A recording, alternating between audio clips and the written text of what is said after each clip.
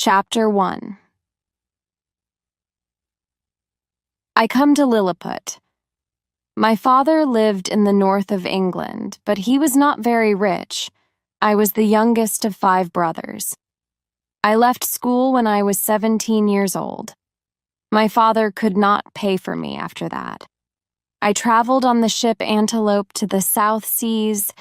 We left Bristol in May 1699.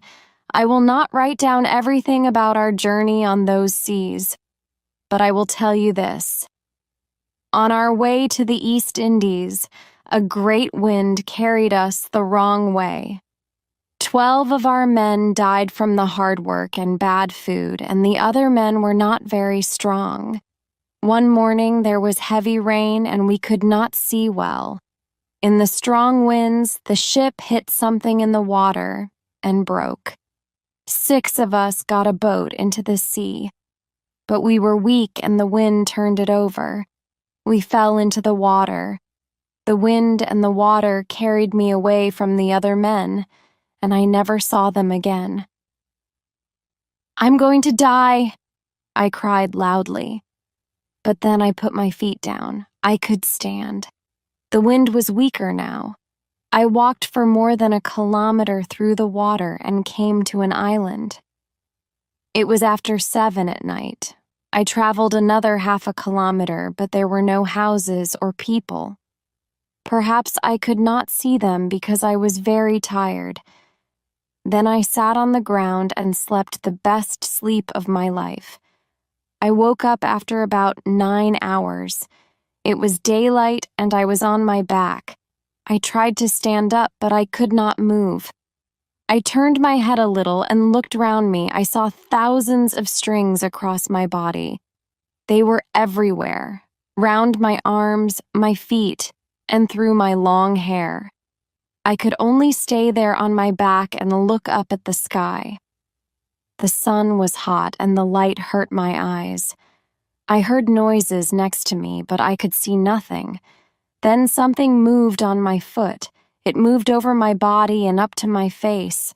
I looked down and I saw a man. He was smaller than my hand. 40 more little men followed him. I cried loudly and they were afraid. They all ran away and jumped onto the ground. Some were hurt, they told me later. They came back and one man walked near my face. He threw up his hands and looked up at me. He called, "Hekina Daigle." And the other men answered, "Hekina? Daigle Hekina?" I could not understand their language. I pulled very hard and I got one arm up from the ground. I tried to look at this man again. It hurt because it pulled some hair out of my head. I put out my hand and tried to catch some little men, but they ran away.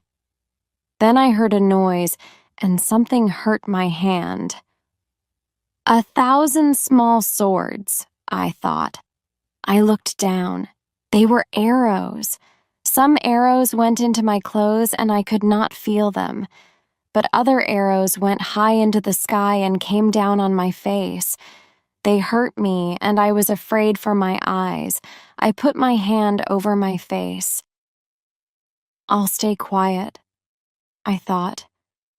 "Then I can break the strings tonight. These people can't hurt me very much. They're too small." So I stayed quiet and waited.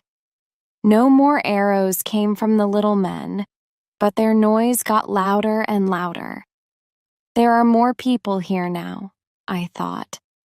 I heard a sound near my ear. I turned my head to the noise and saw men next to me. They're building something from wood, I thought. It's a table. Now there are 4 men on top of it. I understand they want to talk to me. One of the men on the table was older and larger than the other 3. He wore a beautiful coat. A little boy, his servant, carried the back of this coat above the ground. The older man called Langro Dehul San. 40 people came and cut the strings round my head. Now I could turn and see the people on the table better. Then the man in the long coat began to speak. He spoke very well, and he moved his hands up and down. I began to understand him. He spoke for a long time. Of course, his words were strange to me, but I watched his hands. "We will not hurt you," I understood. "But do not try to run away, or we will kill you." I put up my hand and showed him, "I will stay here." Then I had an idea. I also put my hand to my mouth. "I am hungry." The man understood me. He shouted to the people on the ground. 100 men climbed onto my body and walked up to my mouth. They carried food for me. It came from the king, they told me later. What food is this? I thought. They're giving me very small animals. Then I ate a lot of bread. The people watched me with wide eyes because I ate very quickly. A lot of men came with a very big cup of milk. I drank it and called for another cup. I drank the second cup and asked for a third cup. "There is no more milk in the country," they showed me with their hands. But they were happy because I ate and drank their food. They danced up and down on my body and cried, "Hikina de ghoul." After my meal, a very important person came to me. He brought a letter from the king. Servants in very fine clothes followed him. He walked up to my face and put the letter near my eyes. Then he spoke, and often turned to the northwest. Their city and their king were there, about a kilometer away, I learned later. The king wants to see me, I understood. I spoke to this man and showed him. "Take these strings off me." But he moved his head. "No, we have to carry you with the strings round you. But we will give you food and drink. We will not hurt you." I remembered their arrows. I don't want to feel them again, I thought. They can carry me. The great man went away. After that, the people made a loud noise and they shouted, "Peplum Ceylon!" Then they came to my head and cut the other strings. Now I could turn my head more than before. I was happy about that. I began to feel very tired, and I slept for about 9 hours. There was something in my food, they told me later.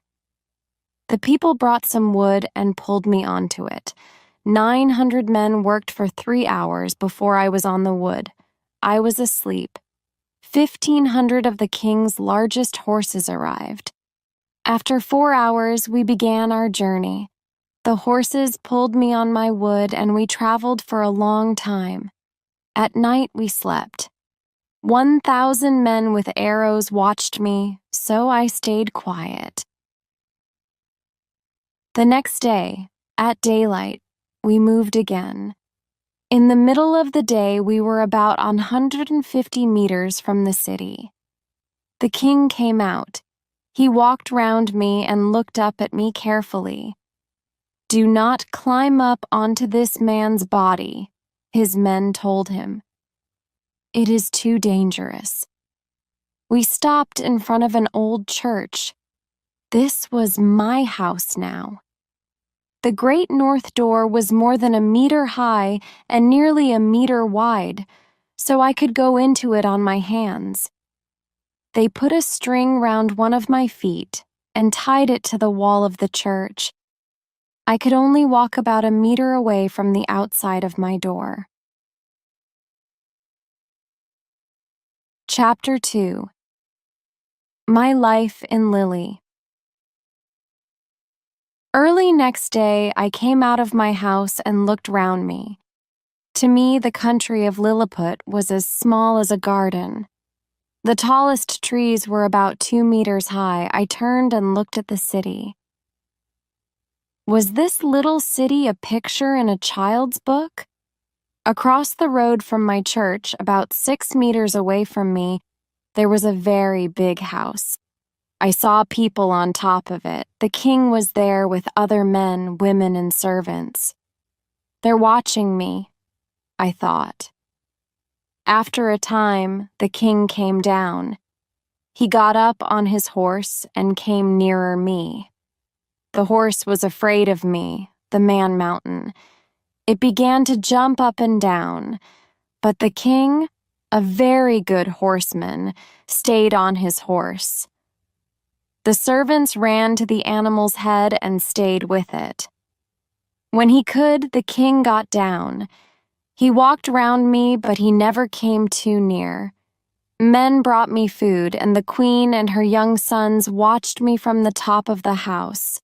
After a time, the king went away. A number of his men stayed and looked after me. "Some of our people want to hurt you," they showed me with their hands. I sat on the ground near the door of my house and tried to sleep. Suddenly, I felt arrows again, and one arrow nearly hit my eye. The king's men caught these bad people, 6 men, and threw them to me. I put 5 men in one hand. I took the other man and put him into my open mouth. He was very afraid, but I laughed and put the 6 men carefully on the ground again. They ran away from me as fast as they could. At this time, I slept on the floor of the church or outside on the ground, but the king said to his workmen, "Make a bed for him." So they brought 600 little beds to my house and made them into one big bed. Then the king and his great men met and discussed me. "Perhaps he is dangerous," said the first man. "We cannot untie his strings." "He eats too much food," said the second man. "The people of our country will be hungry." "Let's kill him now," said the third man. "We can do it when he is sleeping." "No," said his friend. "What can we do with his dead body? It is too big." Then a man said to the king, "Some people tried to kill this big man with their arrows, but he was kind to them. He did not hurt them." "This is good," said the king. "We will not kill him now, but we will teach him our language." They did this, and in about 3 weeks I could speak quite well. The king often came to see me and helped my teachers. We began to talk. "Please untie these strings," I asked him. "Not now," he answered. "But I will think about it. First, and do not be angry, my men will look at your things." "I'll happily show your men these things," I answered, "but I'll never hurt you or your people with them." The next day, 2 men came and walked over me. They looked inside my clothes. They made notes on everything, my notebook, the glasses for my weak eyes, my money, and my money bag. The king called to me, "Your sword is as big as 5 men. Please give it to me. Wait, I will bring more men." 3,000 men stood round me and watched. "Pull out your sword now," shouted the king. I took my sword from under my clothes. The sun shone on it and hurt everybody's eyes. I put it on the ground, and the king's men quickly carried it away. "Now give me those other strange things," he shouted. I gave him my guns. After this, the king sent me his rules. "Follow my rules and we will untie your strings," he told me. Rules of Golbasto Momaran Evlame Gurdilo Shefa Muli Uligwe, king of Lilliput, a great man. 1. The man mountain will ask before he leaves our country. 2. He will ask before he comes into the city. 2 hours before this, everybody will go into their houses and stay there. 3. He will only walk on the roads. 4. He will walk carefully. He will not put his foot on any person or on their horses. He will not take anybody up in his hands. 5. He will help our ships and our men in the war with the people of the island of Blefuscu. 6. He will help our workmen when they build a wall round our garden. 7. We will give him food for 728 of our people. The reader will ask, why did the king use the number 1728? Well, I was as tall as 12 people from Lilliput, so my body was as large and as heavy as 12 Vipsag 12 hex 12 people from Lilliput. 12 hex 12 is 144. 1/4 x 12 is 1728. This was the answer of the king's clever men. I read the rules and said to the king, I will follow them. The next day, men came and untied the strings from my leg. Now I could walk again. Chapter 3. I Make War on Blefuscu. Reldresal, a great man in Lilliput and a good friend of the king, came to my house with his servant. He wanted to speak to me. You can put me on your hand, he said. We talked for an hour. There are many problems in Lilliput, between the big enders and the little enders, he told me. The king and most people are little enders, but the people of the island of Blefuscu help the big enders here. Now there is war. Can you help us? But what is this war about? I asked. And what is a big ender? It is about eggs, answered Reldresal, and it is very important. For many years, everybody in Lilliput cut their eggs at the big end before they ate them. We were all big enders. But this king's grandfather cut his finger when he opened his egg. He was only a boy at the time, but his father, the king, made a new law. Everybody had to open their eggs at the little end. We had to be little enders. Many of the king's people were angry and opened their eggs at the big end. Some big enders left our island and started new lives in Blefuscu. The big enders hate the little enders and the little enders hate the big enders. I went to the king the next day. I can help you in your war, I told him. The ships of Blefuscu are waiting for the right wind. Then they will come to Lilliput. They know nothing about me because I stay away from the sea.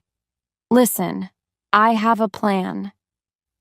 The king listened carefully to my words, and he was very happy with my plan.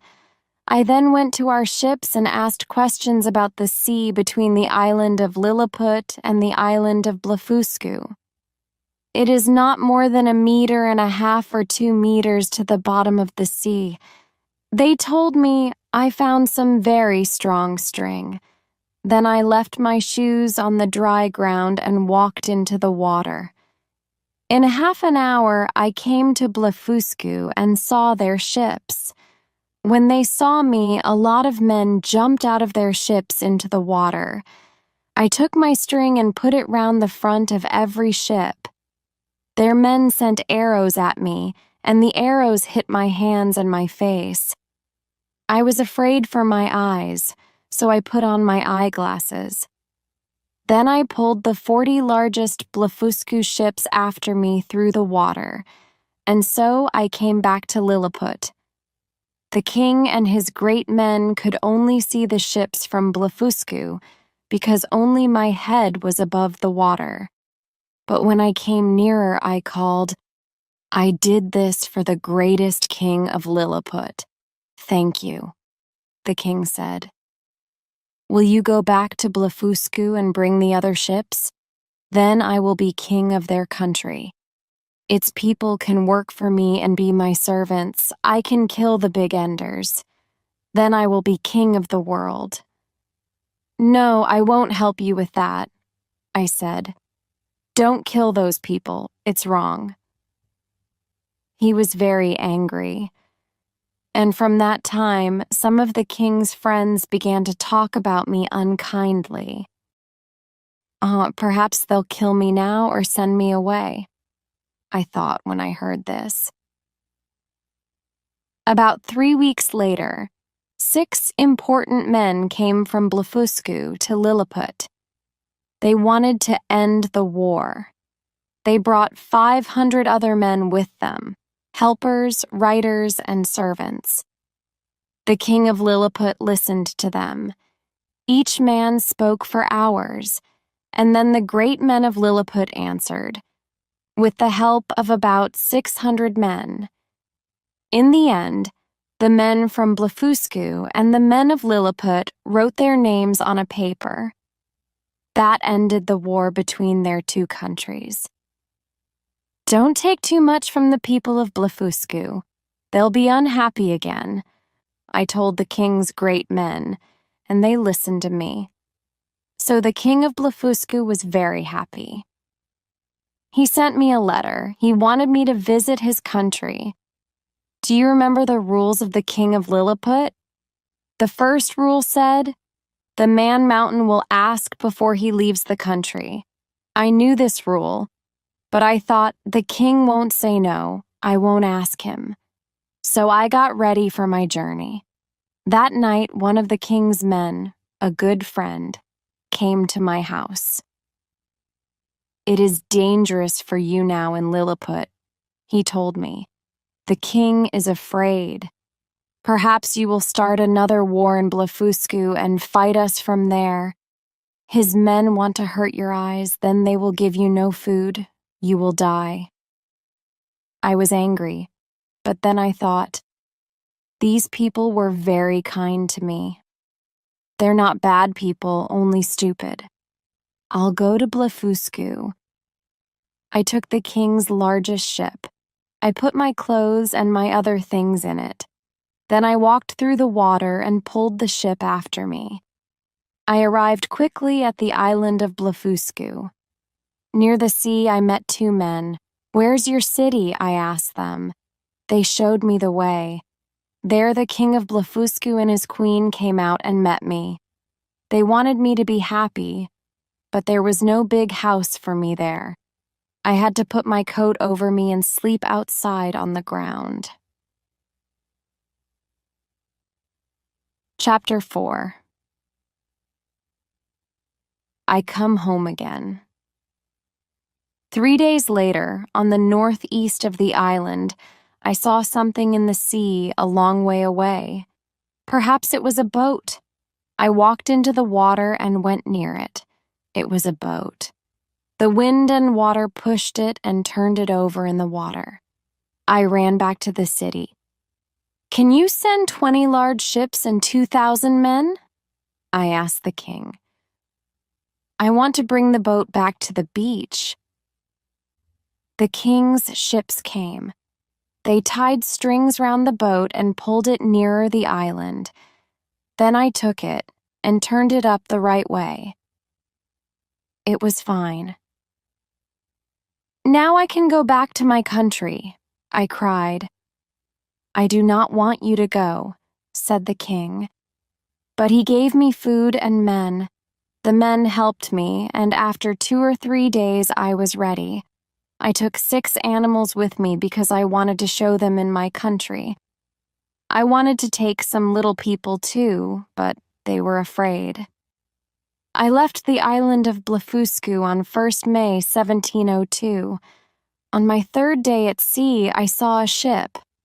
I called to her, but nobody answered. Then the ship came nearer and her men saw me.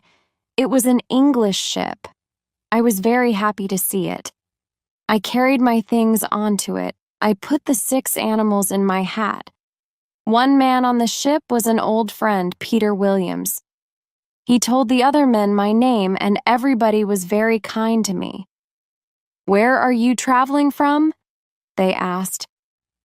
I talked about my journeys, and they said, "These things can't be true. You're ill from your travels." So I brought out the little animals and showed the men on the ship. Everybody looked at them with wide eyes. "Your story is true," they laughed. I will not tell the reader about that journey because nothing really happened. One of my animals died, but I sold the other animals in England for a lot of money. Chapter 5. I come to Brobdingnag. I was rich after my journey to Lilliput, and I bought a house in England. I'll live here quietly and be happy, I thought. But I could not stay there. I went to sea again. We traveled to the Indies. We bought and sold things there. Near the Molucca Islands, a great wind caught us. Day after day it carried our ship to the east. We had food on the ship, but after weeks in that angry wind, we had no clean water. Then the wind died, and one of the seamen shouted. In front of us we saw a strange country. Men left the ship in one of the boats, and I went with them. We looked for water, but we could not find a river. We walked for a long time. I went south, but there was no water. So I went back to the boat. But the boat was not there. It was on the sea, a long way away, and the other men were in it. The boat moved very fast through the water. I opened my mouth because I wanted to shout to them. Then I stopped when I saw a very big man near their boat. The sea was only halfway up his legs. I turned and ran away to the mountains. I was afraid for my life. After a time, I found a very wide road through some trees. I walked on it and looked round me. These aren't trees, I thought. It's corn, about 12 meters high, I think. And this isn't a road. It's a way through the corn. I heard a loud noise and I was afraid again. Suddenly, I saw 7 big men next to me. "They're cutting the corn," I cried. "They'll cut me too, and I'll die here away from my dear wife and children." A man heard me and looked round. Then this big man saw me in the corn. He walked to me and I began to shout loudly, "His foot is going to kill me." The man stopped. For a minute, he looked down at me carefully. We look at a small animal in the same way and think, will it hurt me? Then he took me up in his fingers and put me about 3 meters from his eyes. I was about 20 meters from the ground, so I was afraid. Perhaps he'll throw me down onto the ground and put his foot on me, I thought. In our country, we sometimes do that to animals. I put my hands up. I wanted to say, "Please don't kill me. And your fingers are hurting me." He understood. The man turned up the bottom of his coat and put me in there. Then he carried me to the farmer and put me back on the ground. I spoke to the farmer. He put me next to his ear, about 2 meters away. But he could not understand me. He answered me, and the noise was as loud as a lot of big guns. I could not understand his words. The farmer carried me carefully to his house. It was time for the midday meal. His wife cried loudly when she saw me. Women in England do this when they see a rat. Then she began to like me. She cut up some bread and meat for me. I smiled. "Thank you," and took out my knife. Then I began to eat quickly. The people round the table, the farmer and his wife, 3 children, and the farmer's old mother, watched happily. A cat jumped onto the table and looked down at me. I won't be afraid, I thought. then this cat won't hurt me. I walked past the cat 3 or 4 times, and in the end, she was afraid of me. But then a worse thing happened to me. The farmer and his wife had a baby, and they showed me to this child. He pulled my body and put my head into his open mouth. Then he threw me down on the floor. I was now very tired. The farmer's wife took me to her room and put me on her bed. I slept for about 2 hours, in my clothes and with my sword. When I woke, I looked round me. The room was very big, about 100 meters wide and 60 meters high, and the bed was nearly 20 meters wide and about 8 meters from the floor. Suddenly, I sat up, afraid. 2 rats were on the bed. They wanted some meat, me. One rat came near me, and I pulled out my sword. The 2 animals were not afraid. One rat tried to eat my arm, and I cut its stomach with my sword. It died. I could not kill the other rat, but I cut its back. The farmer's daughter helped me. She was about 9 years old and about 12 meters high. But in other ways, she was not different from an English girl of the same age. She played with a small house in her bedroom, and I slept in the little house away from the rats and other animals. The farmer's daughter was also my teacher. I showed her things and she told me the words for them. So, in 1 or 2 days, I could ask for everything. She called me Grildrig. Then her family used that name, and later everybody in their country, Brobdingnag, called me Grildrig. It means a very small man. The girl looked after me every minute of every day and night. I called her my Glumdal Klitsch, my little helper. But in the end, I made her very unhappy. People in the villages near the farmer heard about me and discussed me. "This animal," they said, "is only as big as a splacknook." This was an animal in their country under 2 meters long. But in other ways, it is not different from a very small man. It speaks its language, and it is learning our words. It walks on 2 legs, but its legs are very small and weak. It wears clothes, and it has a very small sword. The head man of a village came to the farmer's house because he wanted to see me. I stood on the table and spoke to him. Then the visitor talked to the farmer about me for a long time. Glumdalclitch listened, but she was more and more unhappy. Later, she cried and told me, "They have a plan. They want to show you to the people of our town when they sell the corn there. Some people will put you in their hands. Perhaps they will hurt you when they do this. My father will make money, but I will try to stop him." But she could not stop her father. One day he took me to the nearest town. His workman made a box for me with a little door in it. He carried me in this on his horse, and his daughter sat behind him. I had a very bad journey. The horse moved up and down as quickly as a ship in an angry wind. The town was only 40 kilometers away, about half an hour's journey. But I was tired when I arrived. Then the farmer found a room and showed me on a table to about 30 people every time. Glumdalclitch stood on a chair next to the table and helped me. She asked me questions. I knew the answers now. "What is your name?" she asked in the language of Brobdingnag. "My name," I said in the same language, "is Lemuel Gulliver."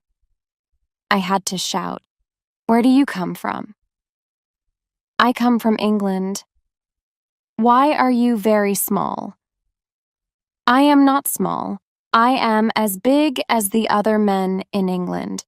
You and your people are very, very big." The people laughed then. The loud noise hurt my ears and made me ill. Then I had to walk on the table and drink. I pulled out my sword and showed them an English sword fight.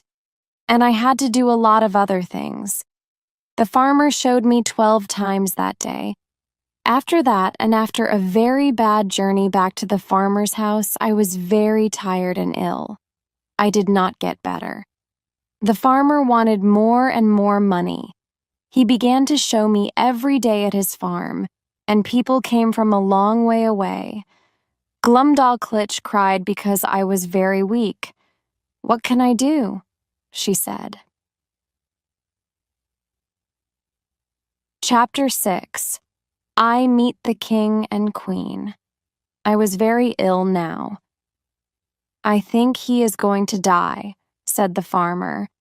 "I will show him more before he dies. Then I can make more money." He began to show me in the big cities. The first was Lorbrulgrud, the greatest city in Brobdingnag. The king lived there. He wanted the farmer to show me to the queen. Perhaps the queen will help me, I thought. The queen asked me some questions about my country and my travels, and I answered them. "Would you like to live here?" she asked me in her language. "Yes," I answered. "But I work for the farmer. I'm his servant.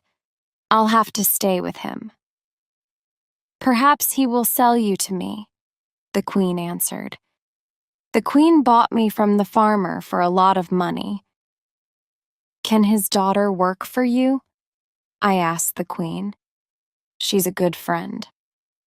I don't want to leave her." Glumdalclitch came with me and we were very happy. One day the queen took me to the king. He was very busy with his books and papers. He looked at me on his wife's hand, but only quickly. "So you like splacknucks now?" he laughed. The queen laughed with him and put me in front of the king. He asked me some questions, and I told him my name and about my travels. He sent for his men. They watched me, and they talked about me for hours. Then they spoke to the king. "This thing," they said, "is not an animal. It cannot fly or run very fast. It cannot climb trees or run away under the ground. It is not a very small person because it is smaller than the smallest person in the world. It is a thing, and nobody planned this thing. It is a mistake." I spoke to the king. "I'm not a thing," I said. "In my country, there are millions of men and women of my size. The animals, trees, and houses are the right size for us. We have our language, our ruler, and our laws." I told him about England and the other countries of Europe. He listened carefully. Then he sent his men away. "I want to hear more from this little man," he told the queen. "Build a house for him." The queen sent for the best woodworker in the country, and he made a box for me. He was a very good worker, and in 3 weeks I had a big room. It was about 5 meters long, 5 meters wide, and 3 meters high. It had 2 windows and a door. Glumdalclitch could open the top and clean the room. She took my bed out in the morning and put it in at night. The queen liked me very much. At dinner time, I sat at my table on her dinner table. The queen always cut my food as small as she could. Then I cut it again with my knife and ate it slowly. On Wednesdays, nobody worked, and every Wednesday, the king had dinner with his family. Then the king liked to have me and my table near him. He asked me questions about Europe and its people, its laws and ideas and its rulers. I spoke to him about our wars, our great rich families, the fights between our churchmen, our rulers, and Parliament. The king laughed and made a loud noise. He said to the queen, "Now we know that we are stupid. We think we are important people, but these funny little people think they are important. Perhaps they build a lot of houses in the same place and call them cities. Perhaps they fight and say bad things about one friend to another friend. Perhaps they are not very different from other people." Of course I was angry. How can he say these things about England, I thought. England is a good and great country. We win wars. Was I right when I was angry? To me, these people were not big and ugly and noisy now. Perhaps I will laugh at the people in my country when I see them again. The king was very interested. He often asked for me. I had to talk about my country, and I did that happily. My country, I told him, is really 3 great countries under one great ruler. The 3 countries are in 2 islands, but we also have places in America. But there were people in America before the Europeans went there, he said. Why don't these people have an American ruler? I tried to tell him the answer to this, but he could not understand. Then I told him about our English Parliament. It makes the laws for our country, I said. There are 2 houses in this Parliament. One is the House of Lords. Some great families have a place in this house. A father gives this place to his son when he dies. The House of Lords helps the king or queen. It discusses the laws from the other house, the House of Commons. The king had more questions. How do these men learn about? Very important men had the word Lord in front of their name the laws, he asked. It is difficult work. They have to know that a law is good for the country, and not for them. Do they learn these things when they are boys or young men? No, I answered. They learn when they go to the House of Lords. Before that, they learn to kill animals, and they learn to fight. The House of Commons is very different. The people of the country send men to it, and those men speak for them. Nobody pays them, but they want to help people. A new law first goes through the House of Commons, then the House of Lords discusses it. Sometimes the ruler wants more money from the people, and then he has to ask the House of Commons. How can the men in the House of Commons do this work for no money? The king asked again and again. Perhaps some men are bad. Perhaps they take money from people when they make a law. Perhaps they get more money from the people for the ruler or his friends. He did not understand my answers, so I told him other things about my country. I do not like, he said, to hear about wars. They cost your country a lot of money. Perhaps, my little Grildrig, you are now better than your little people because you know other places in the world. You are a good man, but sometimes stupid because, of course, your head is very small. I was angry. We are small people with small heads, I thought, but we know a lot of things in our country. I'll tell him about gunpowder. We have very clever men in my country, I began. They can make a dangerous powder. They push this powder into a long gun. Inside the gun there is a very hard ball. When you put fire near the powder, there's a loud noise. The powder pushes the ball from the gun, and the ball flies out very fast. When it hits something, it breaks it.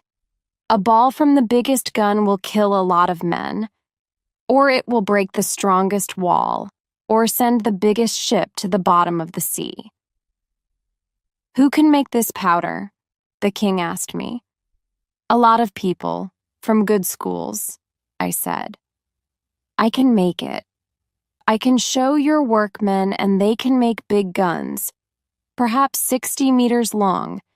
With 20 or 30 of these guns, you can break down the walls of the strongest town in your country in hours." "Stop!" the king said. "Never speak of these things again. Don't talk about them to me or to anybody in my country, or you will die." This is strange, I thought. He is a good king, and he understands a lot of things. But sometimes people want changes, and he doesn't want to hurt anybody. What will he do when they don't want a king here? "Your rulers, your men in parliament, and your clever men are not working for the people of your country," said the king. "A good farmer, with his fruit or vegetables, helps his people better than them." Chapter 7. I come home again. After 2 years in the country of Brobdingnag, the king and queen made a journey to the towns and cities of the south. I traveled with them in my box. We arrived near the sea. Glumdalclitch and I were very tired after our journey, but I wanted to see the sea again. "Glumdalclitch," I said, "we're tired, but I'd like to be outside. Let's go down to the sea." She called a boy. He carried my box and we went out. The boy was not very careful. I felt more ill than before. "I'll sleep for a time," I told Glumdalclitch. She shut my windows and my door. Then I went to sleep. Suddenly I woke up because the box moved, up and very fast. I moved to a window and opened it. I looked out, but I could see nothing, only sky. Then I knew. "One of the country's great seabirds is carrying me away," I cried. "When it's near its home, it will break my box. Then the bird will carry me to the young birds for food." My box began to move faster and faster, up and down. Through the window, I saw 2 other birds. They began to fight with my bird, and it could not carry me. I fell into the sea with a loud noise, and I went down, down, under the dark water. Then, suddenly, my box came up again to the top of the water and stayed there.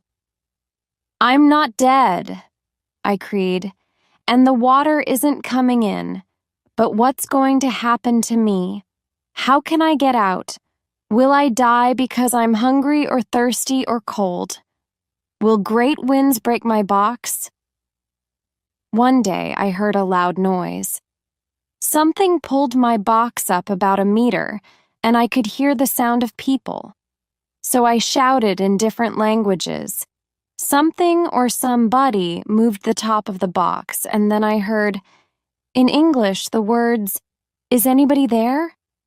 "Yes," I shouted. "I'm an Englishman. Please help me." "Your box is now near our ship," he answered, "and one of our men is going to break it. Then you can climb out." "No, don't, wait," I called.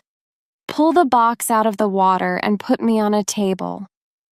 The men laughed. When I was out of the box and in the ship, I understood. They were not bigger than I was. "Why are you shouting?" asked one man. "Do you know the country of Brobdingnag?" I asked him. "There the people are very, very big, more than 20 meters tall." One had to shout, or they couldn't hear me. I was there before my journey in the box. "This can't be true," he said. So I showed him the things in my box. When he saw a tooth from one of the king's servants, he laughed. It was nearly 1/2 meter long. "Please, can I have it?" he asked. After that, he was kind to me. "When you're in England again, you'll have to write down your story," he said. Then I traveled home to my family. It was strange in a world with people of my size. Am I in Lilliput again? I thought. I could not see my wife and children because I always looked up at the sky. I had to do this in Brobdingnag when I wanted to see people's faces. My family and friends talked about me. "He's ill after his travels," said one friend. "He isn't going to see again," said my wife. But I traveled again, and you will read about that journey in my next story. Chapter 8. Whinhums and Yahoos. I stayed in England with my family for some months, but then I wanted to travel again. I left England in my ship in September 1710. For a month we had a good wind. Then it died and we could not move. The seamen were all ill. I have to find more men, I thought. I'll go to the island of Barbados. There I found men, but the idea was a mistake. These men and mine took the ship. They put me in a small room and tied me to my bed. "There's a man outside your door," they said. "Don't come out or he'll kill you. We have your ship now, so we can fight other ships and take things from them." They brought me food and drink, and I stayed in that room for a long time. Then, one day, a great wind took the ship out of our way.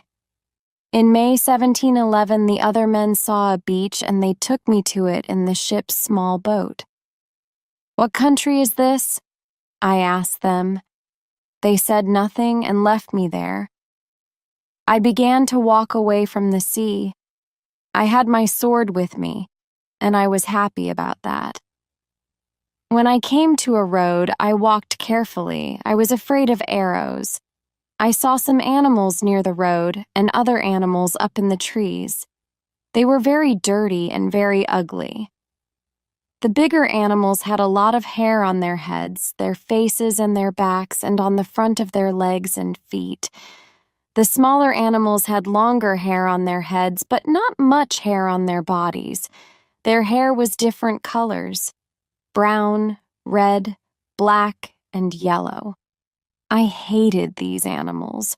When I looked at them, I felt ill. I walked again. Perhaps I will meet some men and they'll help me, I thought. Suddenly I met one of these ugly animals on the road. He stopped and looked hard at me. This made his face uglier. He put out his front foot and I hit him with my sword. "You will not hurt me, you ugly animal," I cried. I did not want to hurt him too much. But he made a loud noise and about 40 more animals ran to him. They shouted at me and made angry noises. I moved to a tree and stood with my back to it. I used my sword, but some animals climbed up the tree. From there, they threw things down at me. Suddenly, the animals all ran away quickly. I left the tree and started on the road again. Why are they so afraid? I thought. Then I saw the answer to my question. It was a horse. He saw me and stopped in front of me. Then this horse looked carefully at my face and hands and feet. He walked round and round me. I tried to walk away, but he stopped again in front of me. I put my hand on his back. We do this in England when we meet a strange horse. But the horse did not like it. He put up his left front foot and pushed away my hand. Then he made the sounds of a horse again and again, but each sound was different. Is he speaking a language? I thought. Another horse arrived and the two horses made noises. They're having a conversation, I thought. I was a little afraid and I began to walk away. But the first horse, a gray horse, made a sound. I understood. He wanted me stop. The two horses came near me and looked carefully at my face and hands. The gray horse moved my hat with his right foot and it fell to the ground. I put it on again. The other horse, a brown horse, felt my coat, then my clothes. He hurt me and I shouted loudly, "I'm an Englishman. Please, can I sit on your back and go to a town or village?" The two horses began to talk about me again in their horse language. One word made the sound, Yahoo. I tried to say it too. Then I said it to the horses. The gray horse said the word again and again. I repeated it, but not very well. The brown horse gave me a second word, a more difficult one. Hoinhum. I tried it 2 or 3 times. The last time was better. One horse talked to the other horse. About me, I think. And the brown horse went away. The gray horse told me, "Walk in front of me." I followed him.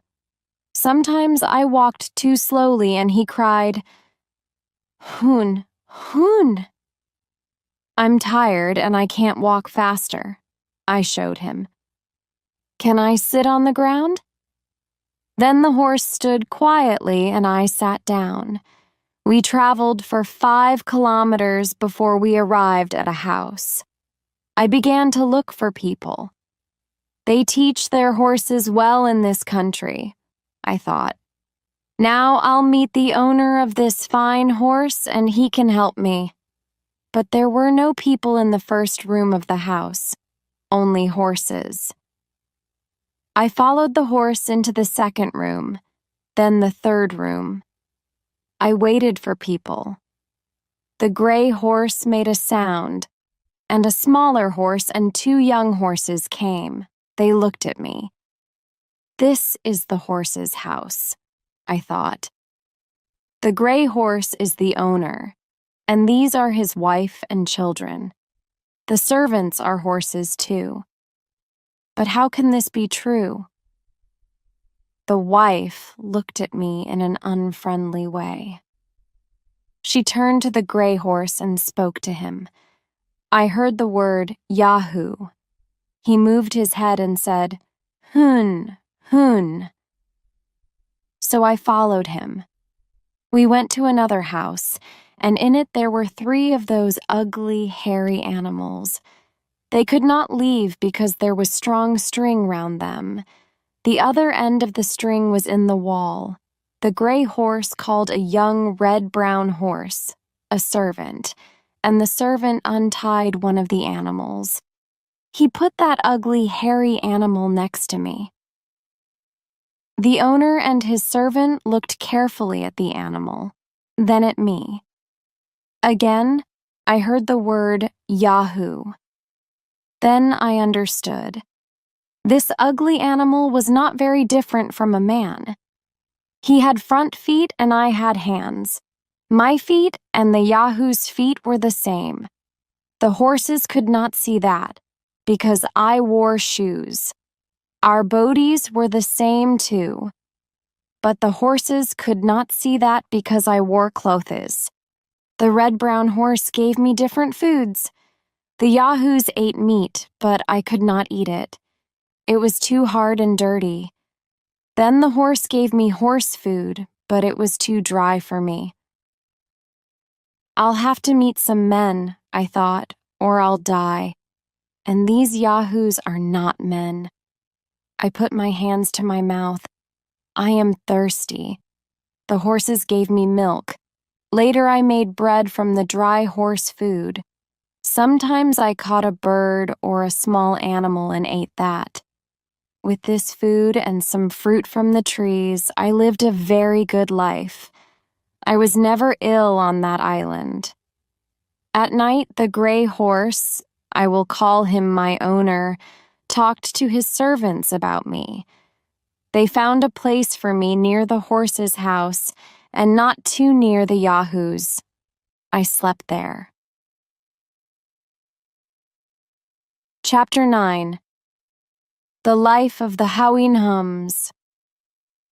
I wanted to learn the language of these horses, the Hoween-Hums. The gray horse, his family and his servants wanted to teach me. Why? Because they wanted the answer to this important question. Can an animal, me, think? My owner wanted to learn about me, so he gave a lot of time to me. You do not walk on your front feet. Why not? He asked. We call them hands, I told him, and we don't walk on them in my country. Your nose is too big. It is the right size for men of my age. The yahoos work for us on the farm, but they do not work well. Nobody can teach them. You are a good yahoo. You learn and work well. But I'm not a yahoo, I said angrily when I heard this. I hate these ugly, dirty animals. You hate them, and I hate them too. Please don't call me a yahoo. My owner wanted to know a lot of things, and he asked me a lot of questions. Where do you come from? Who taught you to think? Nobody can teach the yahoos to think. I came over the sea from another country in a ship.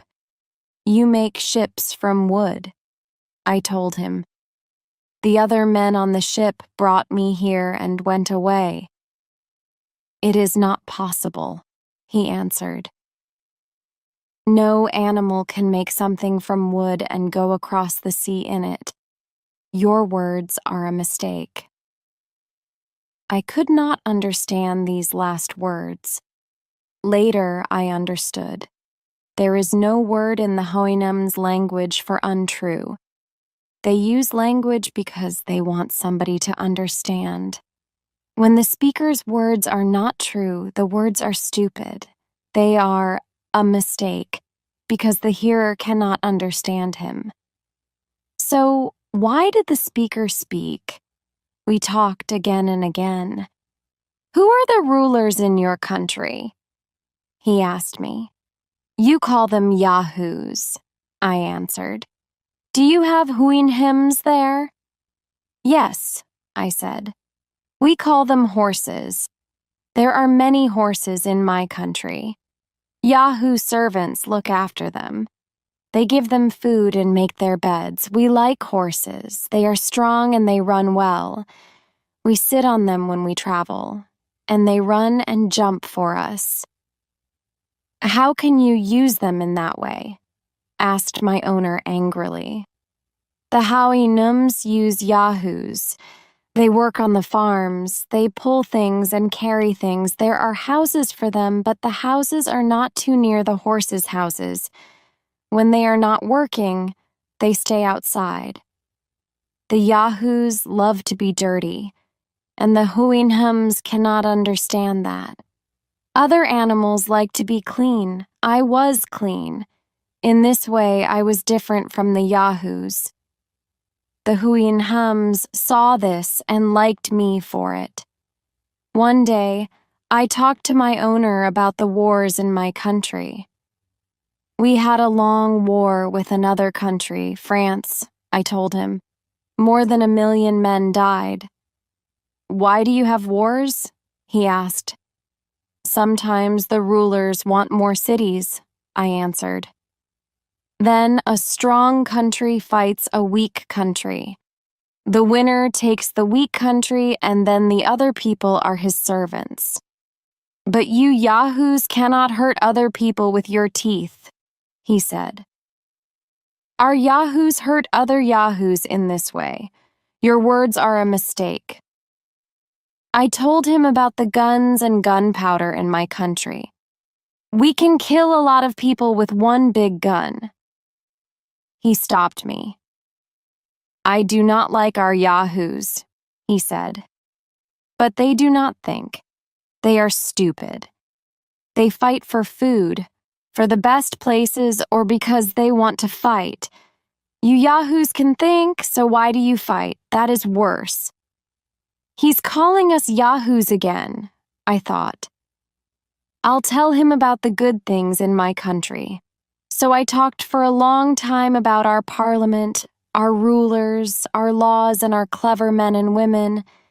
There is no word for bad in the Huinam's language, but they use the word yahoo when a worker is stupid, a sevendabram yahoo, for a child's mistake, wanahom yahoo, for strong winds and heavy rain. They use it when they cut their feet. They use it when they hate something. The Huinhims teach their young horses well. The young horses have to be clean, friendly, and kind, and they have to work hard. They have to be strong and well. Every 4 years, the young Huinhums from everywhere in the country meet for games and running and jumping. When a horse wins, a friend sings a song about him or her. Every 4 years, too, there is a meeting. Then the heads of families talk about the country's important problems. Chapter 10. I Come Home Again. 3 years after I arrived in this country, the gray horse came back from a meeting. His face was very sad. He said to me, "The other Huinhums are not happy. You are better than a Yahoo because you can learn. They know that. But you cannot live in my family because you are not a Huinhum. They are afraid.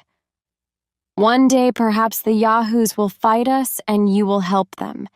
They say you have to leave my house. I do not like this, but please find some wood. Make that thing and travel in it across the sea. We will help you. You have to go." I was as sad as my owner. I liked the Huinhums. They were very kind and they were good friends. They love everybody in their country, not only their families. They do not marry for love, they marry for strong children. I wanted to stay there with them. When I thought about my family and friends in England, I thought, in many ways they're as bad as the Yahoos here. I don't like my face or body now. I don't want to go home. I don't want to be a Yahoo. I fell down at the feet of my owner. For a time, I wanted to die. Then I got up and said, "I understand. You and the other Huinhums are right. I'm a stupid Yahoo. I'll leave your country." "Thank you," answered my owner. "You can have 2 months, then you will have to go. Which servants can help you?" "The young red-brown horse likes me," I said. "He and I can build the boat." In 6 weeks, we made a light boat from wood.